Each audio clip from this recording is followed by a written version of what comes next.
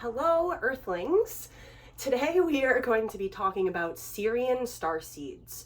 And now, if you're not familiar with what a starseed is, which I'm assuming you're at least a wee bit familiar or curious about starseeds if you're clicking on this video, but starseeds are essentially souls who journey to the earthly realm to have an incarnation in the human vessel, and they journey from higher dimensional realms, other galaxies like the Andromeda galaxy, etc., etc., other dimensions, and also souls can journey from other star systems and planets within star systems within our galaxy.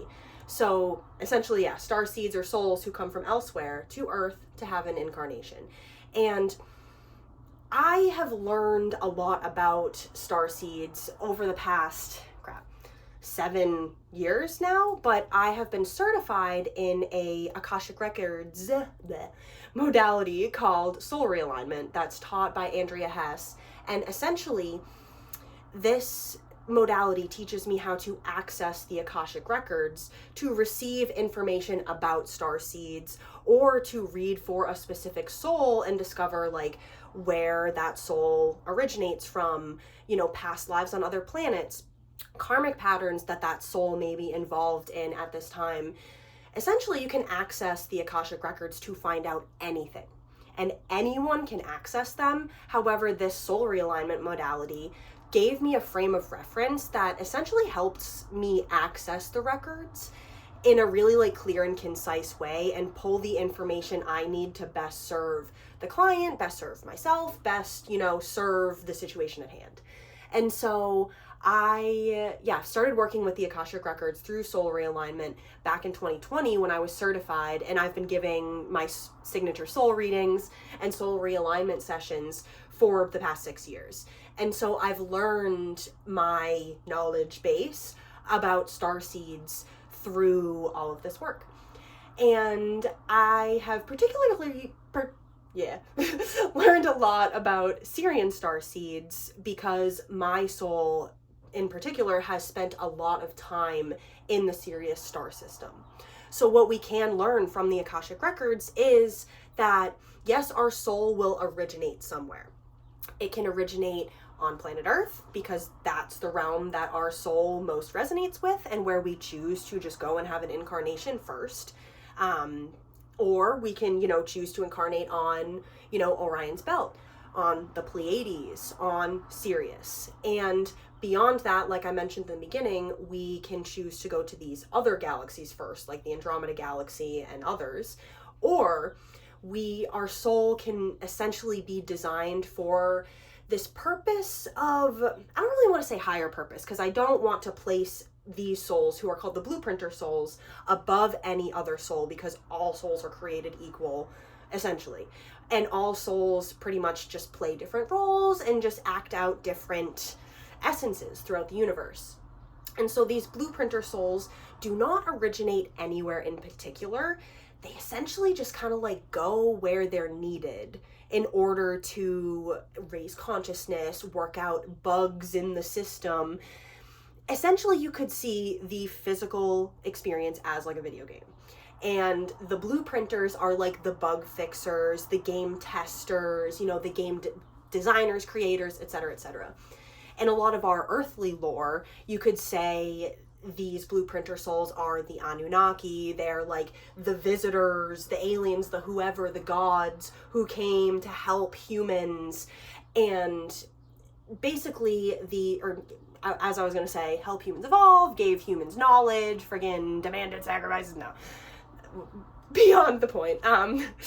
So essentially these blueprinter souls and any soul can incarnate in any vessel. So we can even choose to incarnate in a human vessel as a blueprinter soul to kind of help from the inside. We don't need to incarnate as just, an alien coming here with knowledge, or a god, or these souls, as I said, go where needed, and they're kind of just these universal, just souls who, moving on, because that's not what this video is about.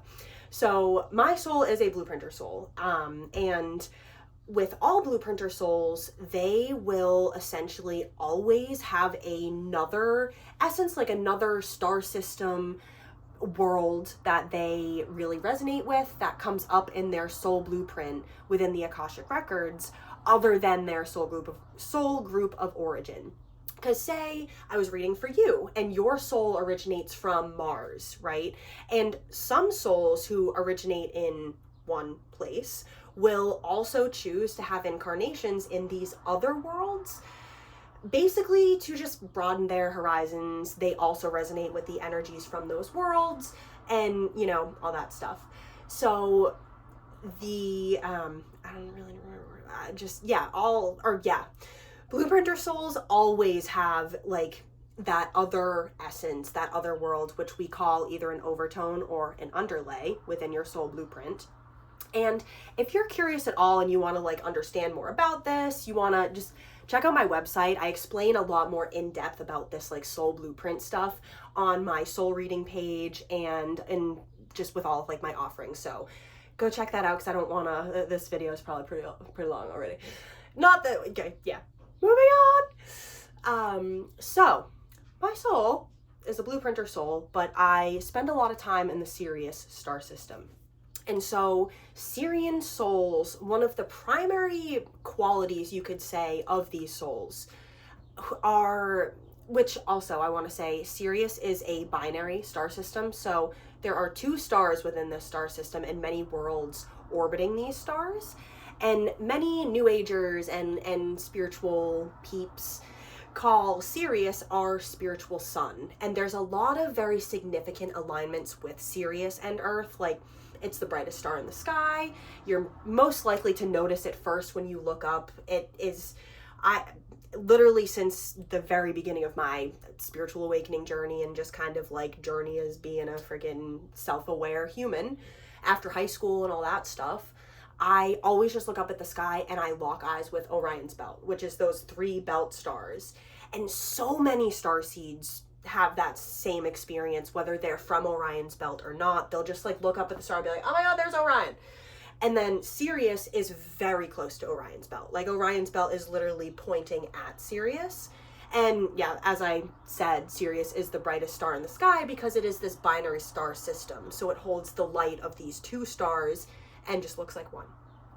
And so, as I was saying, one of the main qualities of Sirian Starseeds is a lack of originality, because one of the, like, kind of, I'd say, positive aspects of this trait, because the lack of originality is actually a common shadow of Sirian Starseeds, but the sort of higher expression of that energy would be this, like, focus on improvement. Like, they're not reinventing the wheel, they're making it rounder and more efficient, and just kind of like, just tinkering at things, making things better here, little by little, you know, base building, like just kind of like slowly like building things and improving things. However, they can really struggle with original ideas, with this like lack of just originality, and sort of, yeah, just like struggling with that. And one thing, y'all, that I have noticed within myself, so a sort of separate concept, but it connects, is this concept of Wetiko. So Wetiko is this Native American term for this parasitic consciousness and this parasitic energy. It also is referred to, I think it's connected to the archons, you know, like the reptilians, the like interdimensional beings, demons, you know, all these things. It's all kind of talking about the same thing. But Wetiko is a term coined by the Native Americans, but that author Paul Levy, highly recommend, check him out. Paul Levy, he wrote the book Dispelling Wetiko, several other books.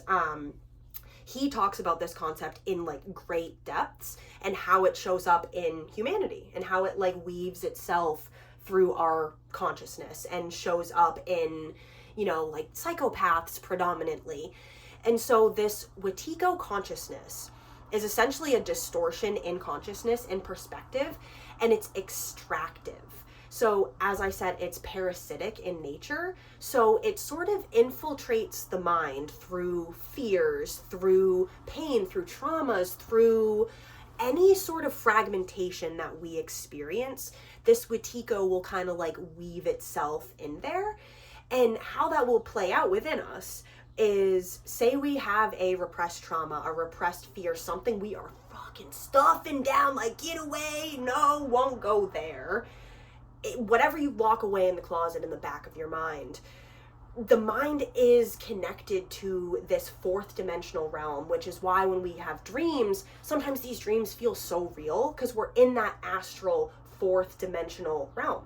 And so basically, when we have those like dark recesses of our mind that we won't go, that we neglect, they sort of turn into these voids that, as I keep saying, this Wetiko can enter. And instead of loving that void and loving that wound and sort of like closing the loop and resolving it, through the avoidance, that wound, you know, it's like you sweep something under the rug, it doesn't go away, it gets hungry and it starves for attention. It's like they say with like a lot of psychological stuff, your demons, you know, and your shadows, the more you repress them, the more they like roar and try to like be seen and heard and show up in unconscious ways. So that is why this path of raising consciousness and studying these things, no matter how weird as heck they are, it's very beneficial to humanity as a whole, because the more we can become aware of these things and not repress them and lash out our shadows and our unconsciousness on others, the more we really can, you know, just move forward in more coherence and just come into just more love within ourselves instead of fear. Because when we're also avoiding that shit, we just become a big ball of fear, because we're just like, oh my god, oh my god, oh my god, oh my god, oh my god, oh my god. And so this Wetiko just really weaves its way into our fears that we're avoiding, and it makes us very hungry and very extractive. It's kind of like Gabor Mate uses the term hungry ghosts to refer to a lot of our like demons and addictions and things like this. And so yeah, it's like we have this hungry ghost within us that's trying to like extract what we need to close that loop, to resolve that trauma, to help that trauma feel seen, heard, reflected in the outside world. We become very extractive. We start taking to get our needs met. And we've all seen like an energy vampire, right? Someone who just sucks the life out of you, living in fear, just kind of like can't figure out their shit, just taking from everyone. Compare that frequency. That is a frequency really infiltrated with that Wetiko, shadow, extractive fear, extreme fear. And compare that to a being who is just filled with love. Someone who has, doesn't need to take, is just there to give, and is just offering their presence, their essence. You know, compare those two frequencies, and that's how you can really see that Wetiko sort of in action. Because essentially, when we are able to resolve the unconsciousness and the wounds and the shadows and the fears within us, we just kind of ultimately become neutral. You know, we don't have to be like, oh my gosh, I'm in love with life. We just can be like chilling and not hiding anything. It's like coming out of hiding. These shadows, this Wetiko energy, that's very extractive, very consumption based. That's why we'll like, you know, snack and like binge out on like the stuff to just kind of like stuff down how we're feeling or what we just aren't capable of processing. Because I don't want to convey this with any attitude of like shame and like, yo, we gotta figure our shit out. Because we are always doing the best we can, and this fucking human experience sucks sometimes, y'all. But, you know, I just want to offer these tools and these perspectives to help you see that like when you're in a shadow and when you're like trying to avoid something and you go to like, you know, smoke the weed, or you go to like eat the food or do the snack or the fucking scroll on the social media or like whatever. When you go to extract and consume and that hungry ghost is active, what if you just offer a loving presence instead? Just instead of getting away from it, just be like, what is this? And it can feel really scary, you know, especially if you're in a panic attack. The last thing you want to do is like go into that. But it's sort of like the teachings of the buffalo. The buffalo knows to go into the storm, not run away from it. in nature because it knows that's the quickest way to get through it. So be like the buffalo, go into the storm. Y'all, we're gonna circle back. We're just tangenting today. So essentially, this Wetiko consciousness distracts, the shadows, yada yada. I have noticed that within myself, I had a lot of fear. Was just a big ball of fear and just kind of like uncertainty and chaos for a few years, just because of the circumstances I was living in and the shit I was in. And it made me like a fiend for sweets, for snacks. Like I've always been a foodie, but I've never really been one like that. And so when I had all these shadows and this kind of shit going on within me, I noticed these Wetiko tendencies, because it's not like we're like possessed by like the guy Wetiko and he's running your life and shit. It's like we just become imbued with this intense fear extractive energy that is termed this Wetiko essence, because it does infiltrate from elsewhere. It's not us. It can kind of convince us, and it can mimic or convince. I know this sounds crazy, y'all, but when you have looked into this shit, when you've experienced it, and when you've conversed with spirits and you see the shit, it's just, bear with me. So I'm gonna skip ahead a little bit. Essentially, what I am here to convey is I would just notice that with my creativity, essentially, I had a really hard time coming up with original ideas. And I would sort of blame it on this Sirian Starseed trait, which in a way it relates, because I find that I do the best when I'm like in a project with others, like improving on ideas that already exist or on ideas that I've already come up with. Like if, say I want to I'm like, okay, I've finished a book and I want to start writing a new book. I can't just be like, all right, what's the idea? Okay, start. Like the idea is usually seeded way before the book even starts. And I usually like brainstorm and do a bunch of ideaing, I guess I was going to say, before I actually like write the thing. And so that's just kind of how my process works. And I need to sort of like build off something. It's very rare that I actually get those original ideas, and they're usually inspired by something else. So that's how I see that like Sirian, quality of like focusing on improvement and making things better and not really like pulling original ideas out of my ass left and right. Like I really do resonate with that. However, I saw this shadow develop within me where I was like, oh, like I'm just like not original at all, and stemming from this inadequacy and this sort of like unworthiness and all this the shadows and that ick in the mind, distorted perspectives, yada yada. Basically, I kind of like thought that I would never be able to like write an original song, write like poetry, like that sort of creative stuff that's very deeply creative, because my writing and speaking flows so naturally to me. That's like one of my primary gifts, actually, within my soul blueprint, my primary energy center, which is basically it's the primary qualities and the gifts that we like express naturally. And my primary energy center is the 5th, which also resonates with like the throat chakra, speaking, authenticity, communication.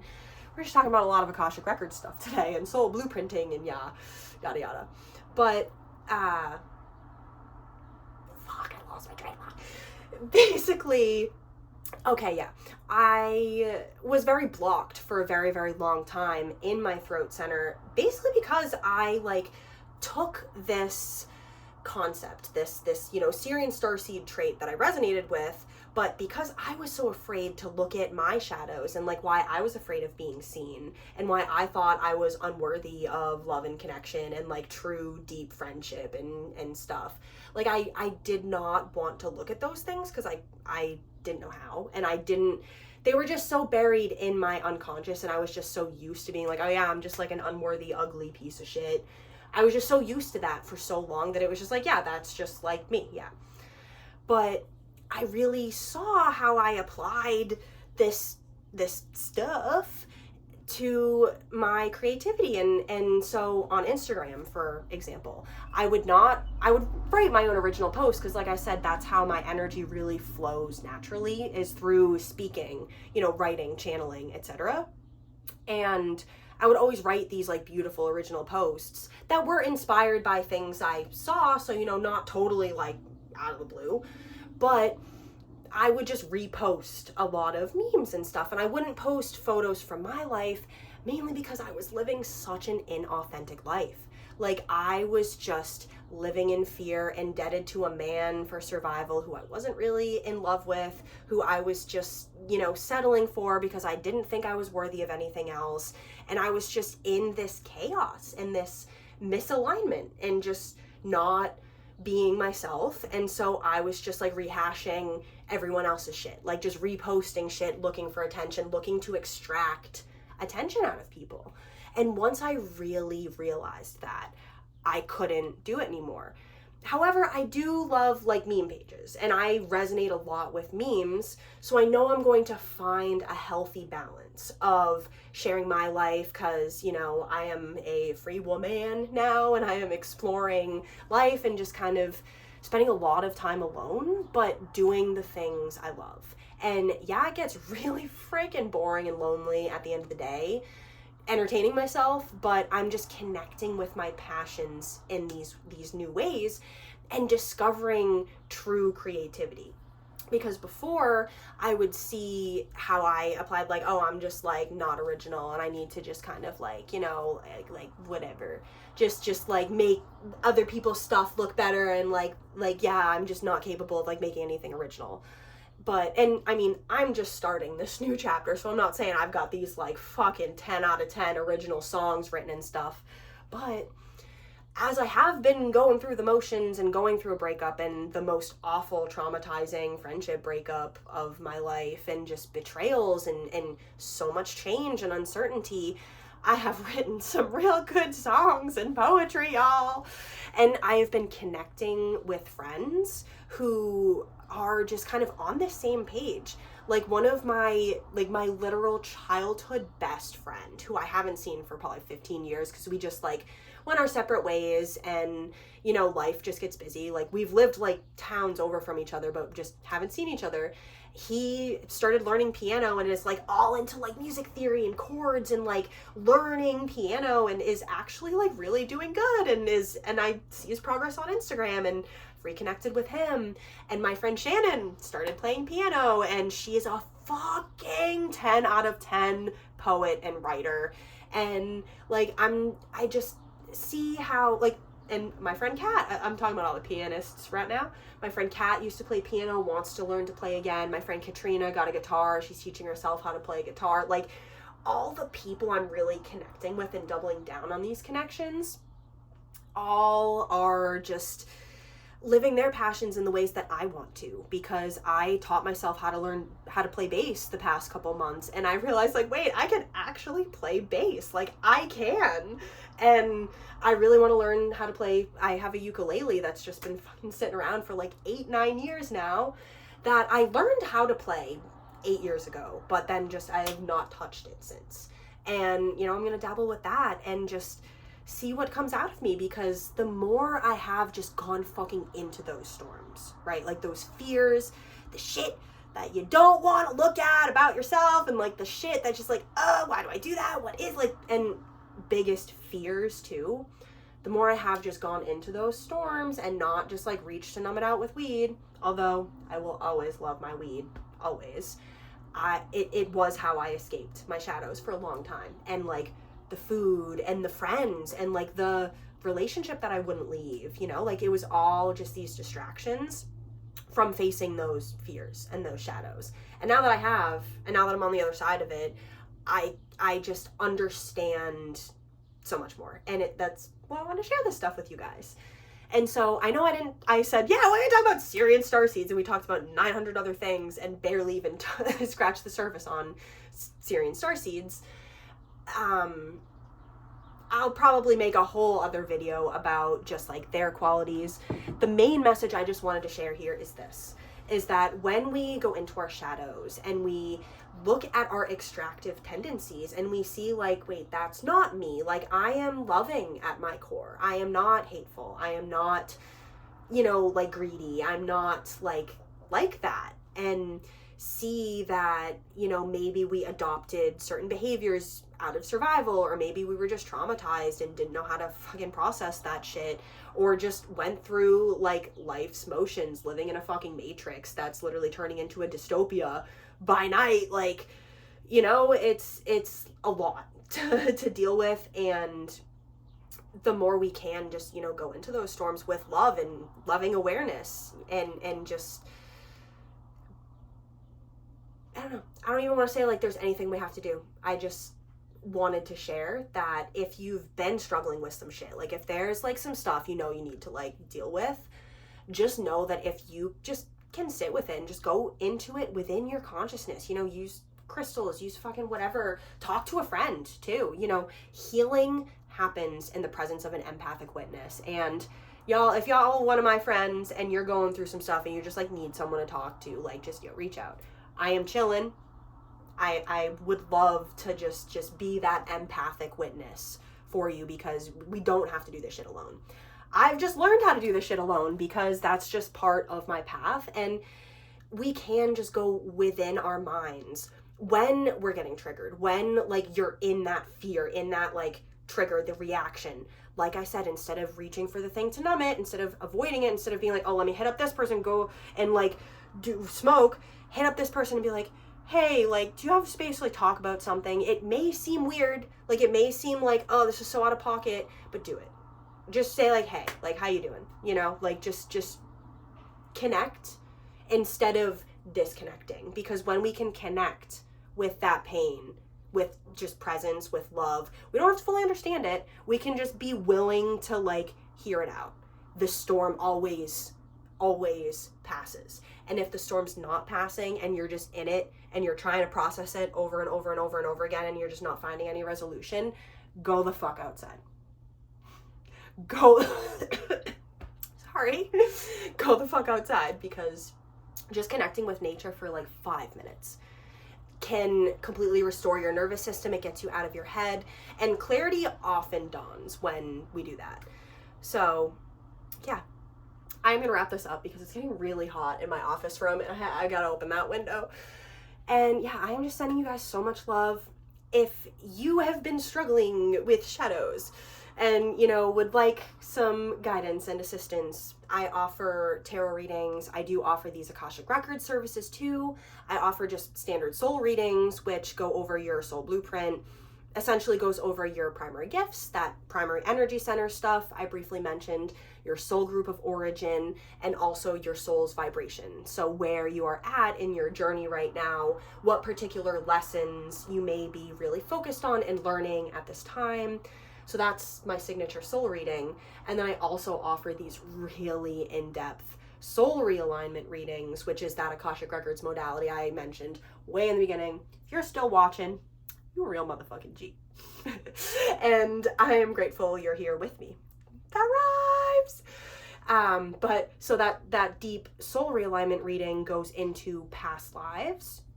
And it really is so deep, and it's like, get that one if you really want to like get to the bottom of some stuff, because it does realign you with your soul blueprint, because the things that come to your awareness, you're like, holy shit, like what, like it's that deep. Like every single reading I have ever done, people are like, oh my gosh, yeah, like the clarity that dawns. So I'll give you an example, because this like is probably making no sense to you. So the karmic patterns that will come up in these readings, I will pretty much channel what the essence of that is. So a lot of these will be sort of like imprints on our psyche, on our consciousness, that are running these distortion codes from a trauma, from a fear, from something that just distorted our consciousness and our perspective. So this could be a negative thought form that we're running of like inadequacy. Like that was one of mine. I was constantly running this I'm inadequate program within my mind and my thoughts, which originated from age like 18 when I was just, you know, kicked out of my dad's and just all this crazy shit happened, and like just brought me down into that shadow of like not having the resources to support myself, being inadequate, yada yada yada yada.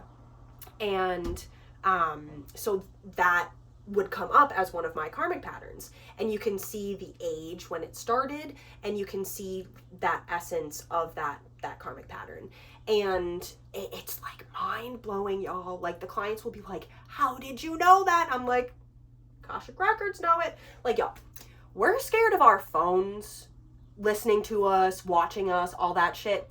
We forgot about the motherfucking Akashic records. Shit is tracking every thought, every emotion, every energetic thing going on this earth plane. Everything that is, was, and ever will be is stored in those Akashic records. So y'all be worrying about your phone. Y'all should be thinking about the Akashic records. And that shit sees you when you're taking a shit. What are you doing? Not trying to project any fear. Just like, I don't know, it can be helpful to know that the universe is sort of like keeping track of everything, and that we can access this information when we kind of expand our consciousness enough to these realms to consider other dimensions and fucking shit like that.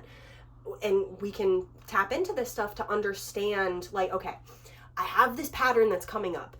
When did it originate? How can I clear this? That's the kind of stuff that essentially comes up in that solar alignment reading. So if you do want to understand those blocks, those karmic patterns, yada yada, definitely go check that out. It's so insightful, so fucking enlightening, and you also get a soul reading with that. So you get the typed soul reading, because you can ask, like, I gotta post some like reviews of that people have written about these soul readings, because they like are just so like just fun and like insightful. Like you learn so much about yourself and just your fundamental like principles as a soul. And I just channel all of this into a like 20 to 30 page Google Doc. And yeah, so you get that. And we go over all those karmic patterns, which is more than just thoughts. It can be contracts with people. It can be, you know, constraints, energetic constraints that we have with people. It can be vows of poverty, vows of silence, vows of suffering. The list goes on. And also at the end of that reading, because I email you the soul reading, and then we'll do like a 1 to 2 hour call going over those karmic patterns and answering your questions. And then I give you this like clearing work that you will kind of read every day for 21 days that completely energetically clears these karmic patterns from your soul blueprint once and for all, forever. And just does realign you with this, like, with your true nature. Because all this work does is help you come back to the love that you are and clear that fear and those distortions that doesn't need to be there. It's there to serve a purpose and to teach you a lesson, but it doesn't need to be there longer than it has to. And if you're finding this work, and if you're even curious about that stuff, then I feel like you are just shifting frequencies right now. And it is time for you to go into some of these fears. And that might be like, oh, icky skin crawling, no, hide. And that's okay, because you are more than capable of handling whatever's on your plate right now.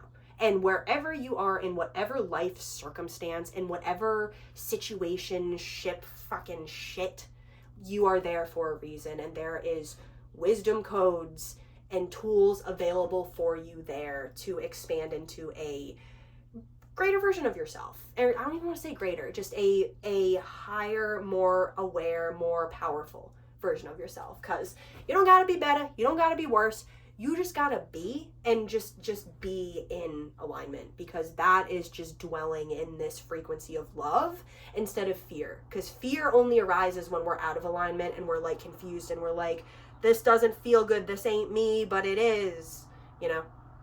So I'm sending you guys so much loves, and that's all I got. Peace.